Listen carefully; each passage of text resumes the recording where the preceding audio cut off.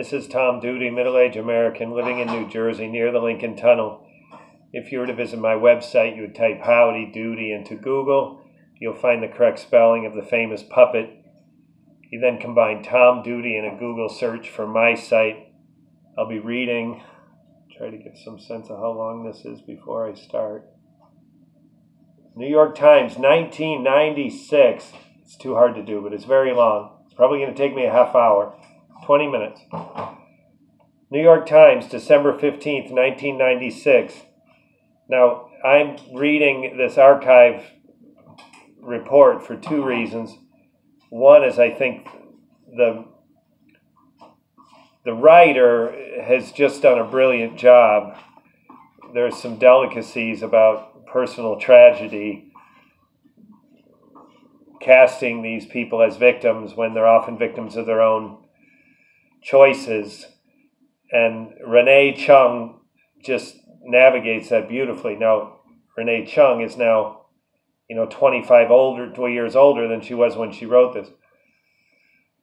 And the other reason, I'm not going to disclose the details of my connection to this woman. It is tenuous, though it does exist. I'll probably disclose that in a blog post. So,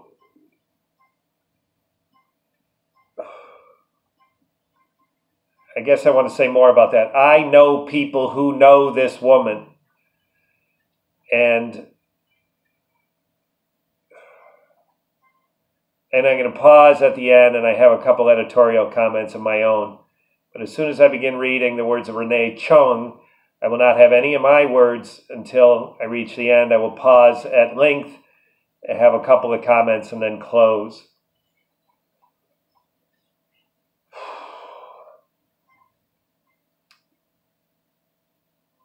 Descent of a Woman, New York Times, by Renee Chun, December 15th, 1996.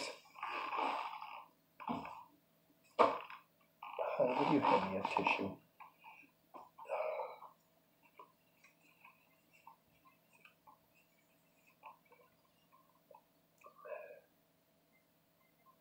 Occasionally, Francine Wong,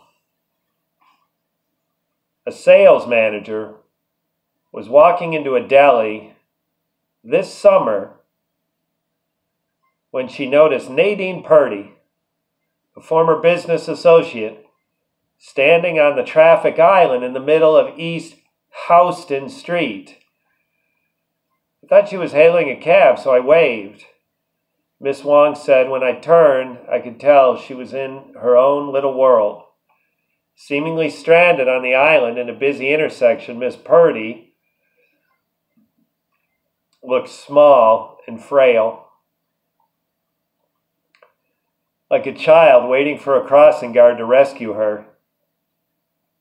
She kicked the heavy iron plate beneath her. It opened. She stepped down through the street into a world of drugs, prostitution, and homelessness. Inconceivable to her in the fashion business when broken nails and bad hair days are causes for hysterics. I still can't believe it, Miss Wong said. Nadine, a mole person. By any standard, Nadine Purdy, who with her husband once owned a stylish Soho clothing boutique, has been swallowed up by the streets. Miss Purdy is a heroin addict who finances her $100 a day habit by turning tricks on 3rd Avenue. Now divorced, she's estranged from her 3 children. She has been stabbed, pronounced clinically dead. She has lived in crack houses and a prison cell. Homeless for the last 3 years, she's been in several methadone programs, but has always gone back to heroin. From 1987 through 1992, Ms. Purdy and her husband, Toru Ikegami, ran their boutique, Yoshi, on a prime stretch of West Broadway, Yoshi more than held its own against the larger stores that had a monopoly on big-name designers. What Yoshi lacked in size and designer clout, it made up with a visionary approach to fashion. How the store and the Ikegami marriage fell apart is a New York story Woody Allen would never commit to film. This was the 80s. Couple from hell, said Larry Everston, the owner of Tootsi Plohound, a downtown shoe store and godfather to the young couple's eldest son. Too much money, too much drugs, too much sex. And while Miss Purdy was by no means an innocent victim, her descent into the horrific world of heroin addiction and homelessness is also a story of tenuous nature of success in a business built on replacing last year's fashions with something new. This is the downside of fashion, says Karen Erickson, the owner of Showroom Seven, a designer showroom. Most of us don't work for a corporation or have 401k plans. We're just a bunch of well-dressed hippies. Sometimes we invest in our savings. Sometimes we invest our savings in a business and hope it succeeds. If it doesn't, there's usually family or friends to fall back on. But what if there isn't? That's why Nadine is especially repulsive to fashion people. She's living proof of how easily things can go wrong. Dropping out. Homeless woman with a wardrobe. Nowadays, Miss Purdy is difficult to track down. The only person who has regular communication with her is her younger sister, Corinne Purdy, a fledgling clothing designer who occasionally put Nadine up in her cramped one-bedroom apartment on Thompson Street. Corinne monitors Nadine's movements by maintaining contact with hospitals, escort agencies, and the 9th Precinct Station House. She needs to talk to Nadine. She puts word on the street, primarily to homeless people and detectives. If Nadine has hooked up with a drug dealer, sometimes there's a beeper number. But returning phone calls isn't high on her sister's list of priorities. Despite Corinne's best efforts to keep tabs on her, Nadine has dropped out of sight for months at a time. Nadine has been living underground and off and on since 1993, the year her former husband changed the locks on the Soho loft and kicked her out. In between these subterranean intervals, which typically last several months, she's usually staying with friends, a euphemism for whorehouses, public detox centers, cheap hotel rooms, tenement apartments, converted to shooting galleries and rooftops in Hell's Kitchen.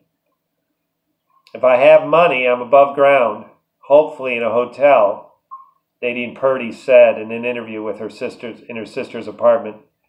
But if I'm broke, I have no place to stay. I don't have a problem being a mole person. You have to be insane to sleep on the street. Kids douse you with kerosene and light you on fire. It was a warm, cloudless morning several months ago. Miss Purdy was living safely above ground. For 2 days she'd been staying with Corinne, an arrangement her sister tolerates as long as Nadine sticks to her methadone program at Beth Israel Medical Center, dressed in a sarong and metal gold malot. She was sprawled on the couch, nibbling on chocolate chip cookies. Fresh from a shower, her bleached jaune Seberg hair lay smooth and slick against her skull like the fur of a wet animal. Her face was unmarked, her teeth intact, her cobalt blue eyes not yet permanently glazed over. On the streets, where time passes at an accelerated rate and lives are measured in dog years, she's considered a beauty, relatively unravaged. Only up close, in direct sunlight, does it appear that she is far older than her 32 years. A career in fashion has left Nadine more conscious of her image than the average homeless person. She dresses better and insists on wearing makeup.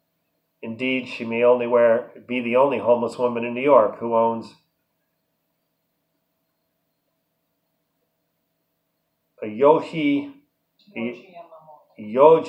Yamamoto jacket and pants, and paints her toenails in shades of urban decay. Fashionable clothing is her trademark. Her wardrobe, stored in various apartments around town, is essentially a collection of second-hand and new but stolen garments bought on the street for a few dollars. The fashion talk was interrupted by Corinne, who handed Nadine a framed portrait of her family.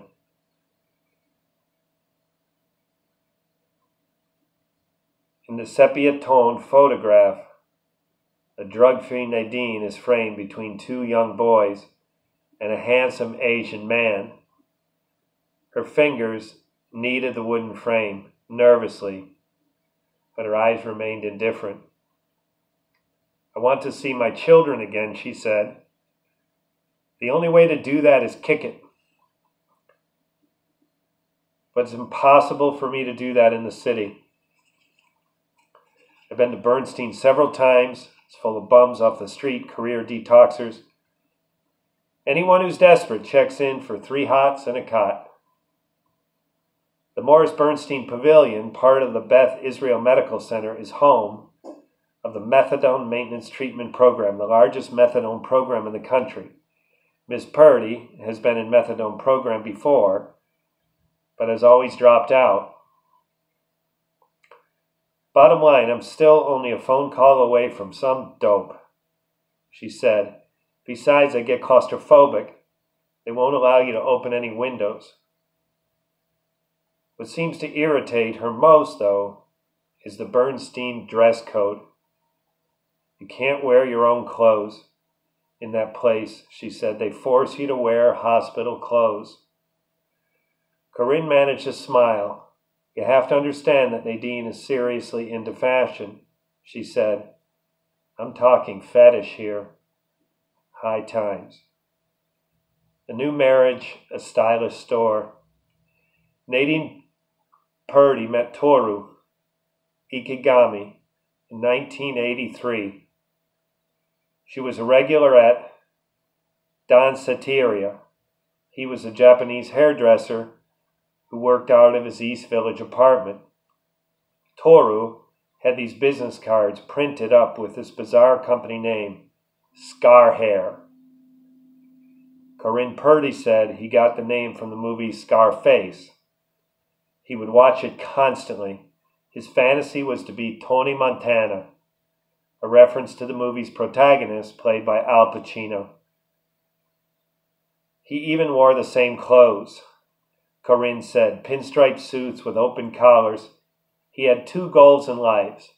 2 goals in life: marry a blonde, American woman, and meet Al Pacino.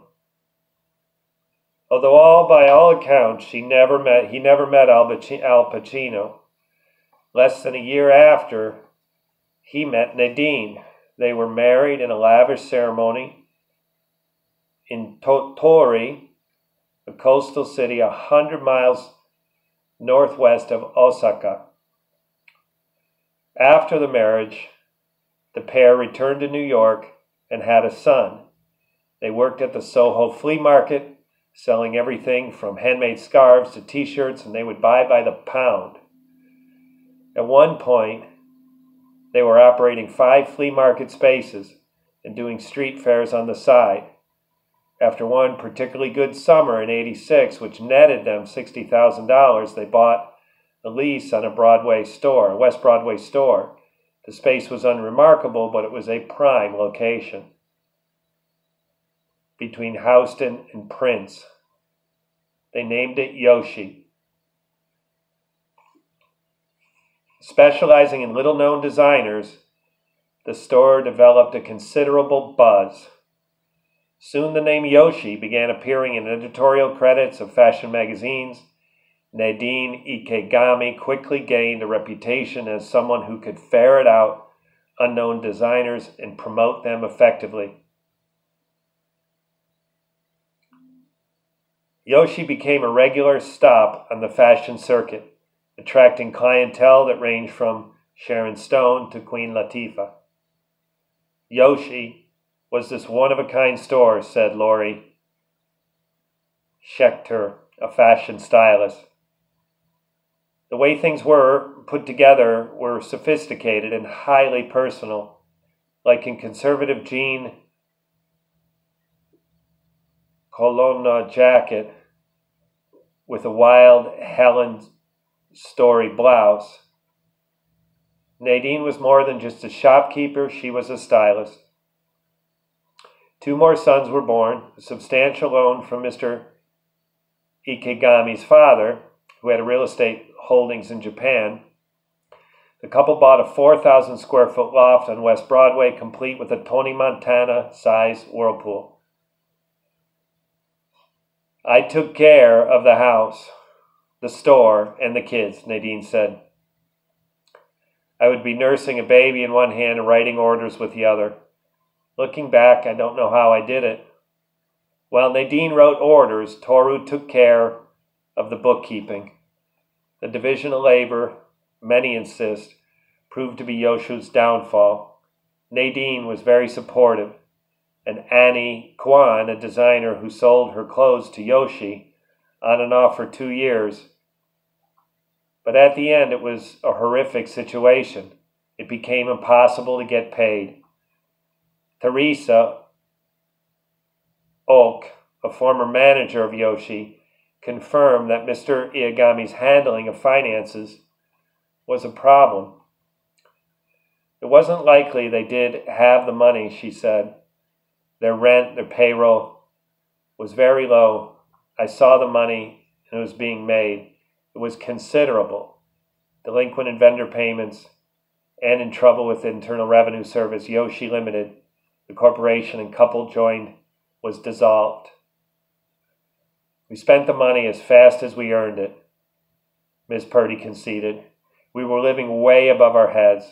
We had a $5,000 mortgage, $5,000 rent at the store. We ate out every night, traveled to Hawaii, had a nanny, bought a Lexus. Our basic monthly expenses were $50,000. Fashion is a business, but we didn't approach it like a business. For us, it was a big party. Cocaine, a drug that both of them were consuming regularly and copiously, was another contributing factor. Peter Lorenzo, an architect who designed many of the Soho stores, at the end was a close friend of Toru's, said Ikegami's was not a typical nuclear family. They embodied the decadent bourgeois lifestyle of Soho. In the 80s, he said, there was a lot of cocaine, I know, because I participated. Mr. Ikegami refused all requests for comment or to be interviewed for this article. Out of the past, like a mother, like a daughter. Ms. Purdy grew up in Greenwich, Connecticut.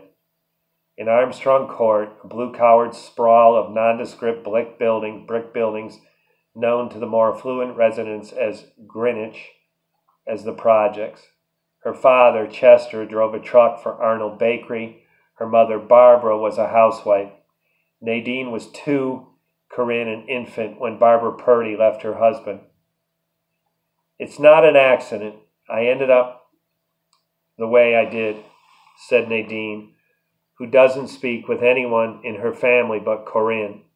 She says her mother was a prostitute and a drug user.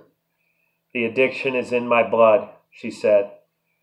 Today, Barbara Purdy, known as Barbara Dominick,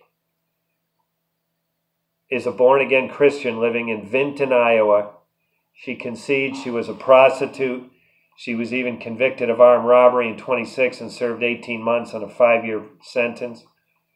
I did sell my body to men, she said in a telephone interview. There was no heroin, LSD, hallucinogens, pot, and pills, yes. Meanwhile, Nadine was shuttled between relatives. By 18, she had lived with her mother, a stepmother, after her father remarried, and 2 different aunts.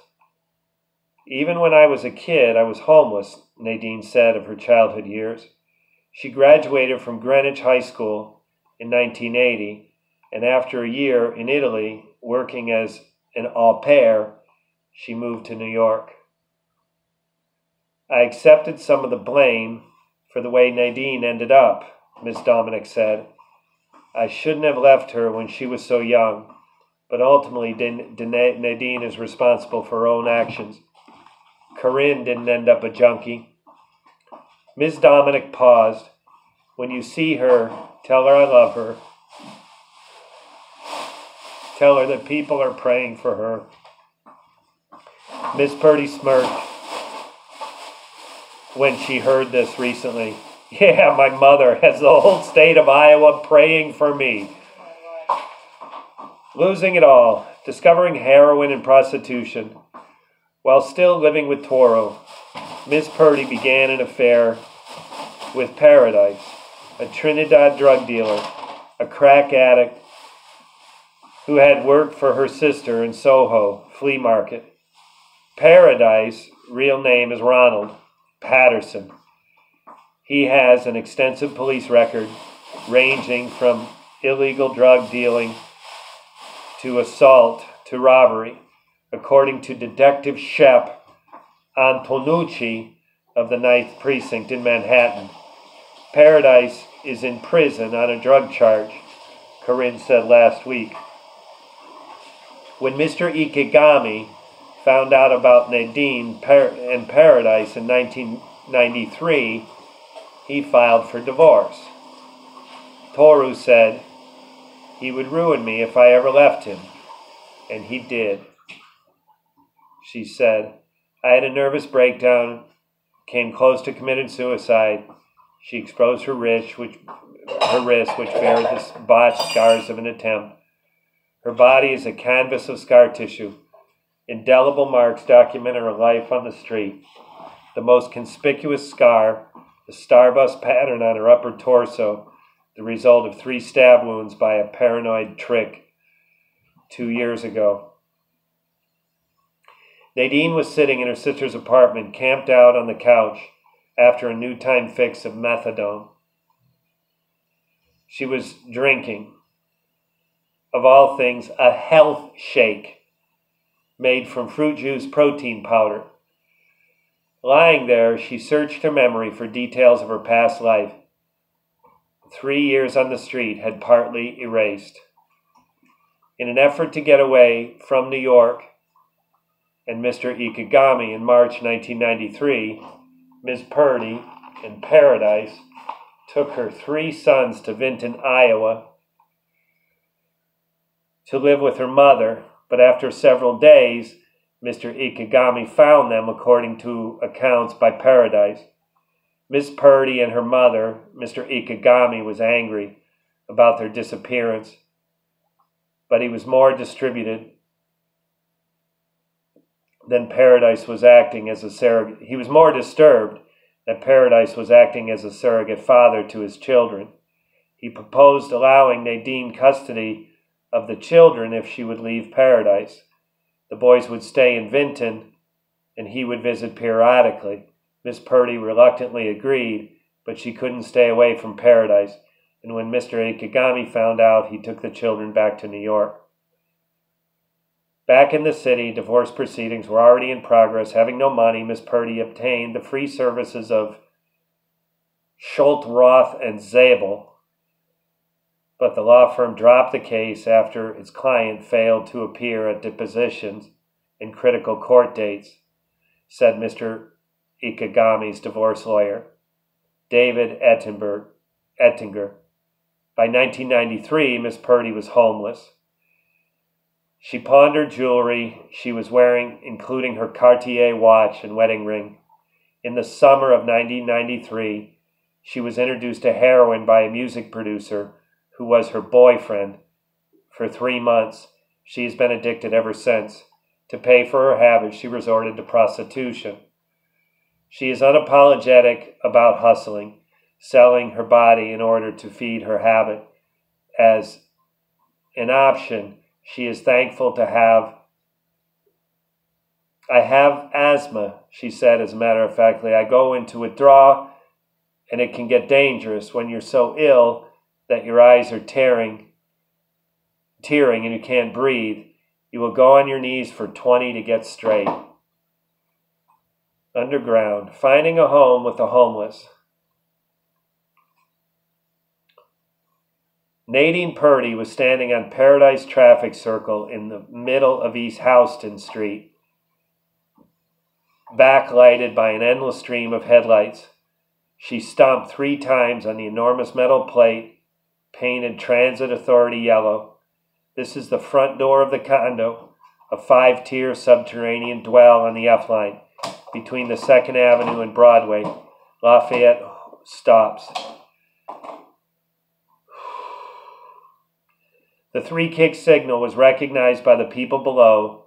Almost immediately, the metal doors swung up, revealing a cement structure lighted by a string of naked 60-watt bulbs.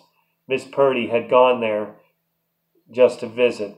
In touch with the residents, ensures that she will be welcome back if she needs a place to stay on a moment's notice. Beneath the traffic island is one of the F-line's many fire exits. 3, a short woman with a pleasant face and gold-nosed stud, climbed up and escorted Miss Purdy and Paradise down a steeply pitched metal ladder and into the condo. When they were there safely below, Thea yanked on the handle and the door slammed shut. The stench rose in equal parts: human waste, cigarette smoke, and rotting food. Thea, who is Trinidadian, not only introduced Nadine to the condo life, she is her roommate whenever Nadine is living underground. She occupies the coveted penthouse, the condo's uppermost level, and has shared the space with Nadine on and off for the last 3 years. It was decorated in the manner of an East Village studio apartment. Clothing hung on the walls, a ratty futon, discarded furniture, and an electric fan, anonymous artwork, a framed print of Virgin Mary, a door and a paint-splattered wall, even a television. Rewired light bulb sockets supplied electricity for the entire condo. Unlike most subway shantytowns, which was perilously close to the tracks, the condo is isolated from the rails and protected by thick cement walls. This improves life dramatically. Residents not only enjoy a relatively tranquil atmosphere, but avoid the constant nimbus soot of the passing trains. A city sanitation crew appears promptly at 1 a.m. 3 times a week. The residents hide all the furnishings and personal articles in the crawl spaces between the tracks before the workers arrive. The cleaners dispose of anything left behind. A short time later, the residents return. The condo was settled 4 years ago by Trinidadians and quickly gained a reputation as refuge for fellow countrymen. Miss Purdy was introduced to the condo 3 years ago by Paradise. At any given time, there are up to 10 people living in the condo, 2 in each of the structure's 5 cement slab tiers. The residents, who call themselves Trinis, have their own condo board, which made Miss Purdy the only white person allowed to stay there. We're like family, feeding and watching out for one another, she said. It's a secret society down there. We have meetings, we vote on things. Throughout the evening, residents and visitors came and went. Some were high, others wished they were. Crack cocaine was the drug of choice here. Butane lighters were scattered across the floor like spent cartridges on a rifle range. Religious graffiti were painted on several walls. "Please protect us, Lord," read one sign. "God is love, trust him," read another. The F line lumbered by in a leisurely pace. "The condo is better than some apartments I've lived in," Miss Purdy said. "I've got everything here except plumbing. If you need to go, you go to the bathroom between the tracks. The junkie's life." 2 bags of heroin every 6 hours. Even though Corinne has been letting her sleep in her apartment, Nadine was growing restless and wanted to get out from underneath her sister's concerned glances. She said she was planning to move into a whorehouse on 12th Street. It charges $20 a day. "It's not the greatest setup," Nadine said. "There's no privacy, no locks, no phone, and they won't allow you to have friends visit. But they don't ask questions about how you spend your money or when you're coming home." The remark was clearly a swipe at her sister, but Corinne ignored it. Nadine quickly changed the subject to one of the few things other than drugs which she was still interested in: fashion. "When I'm healthy, I'm going to open another store with my sister," she said with an uncharacteristic enthusiasm. "The idea is going to keep operating costs at a bare minimum, pay cash for everything, no accounts receivable, just cheap lines, closeouts, and designer clothes." As Corinne prepared to leave the apartment, Nadine asked for money so she could buy something for lunch. Corinne frowned, but placed $10 bill on the table. The money was an obvious distraction. Nadine refused to take her eye off the bill, as if it might disappear. She grimaced and rubbed her abdomen, and back on heroin, had snorted her last 2 bags. She needed 2 bags every 6 hours, and any deviation from this cycle left her with excruciating pain. The shooting pains in her stomach are a warning, the way of telling her that the time is to get high. She rose from the couch to leave the apartment. "I had to buy cigarettes," she said.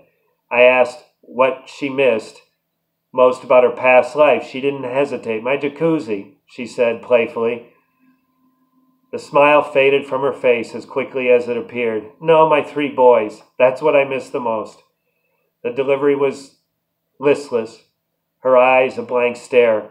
She walked away in the direction of Washington Square Park.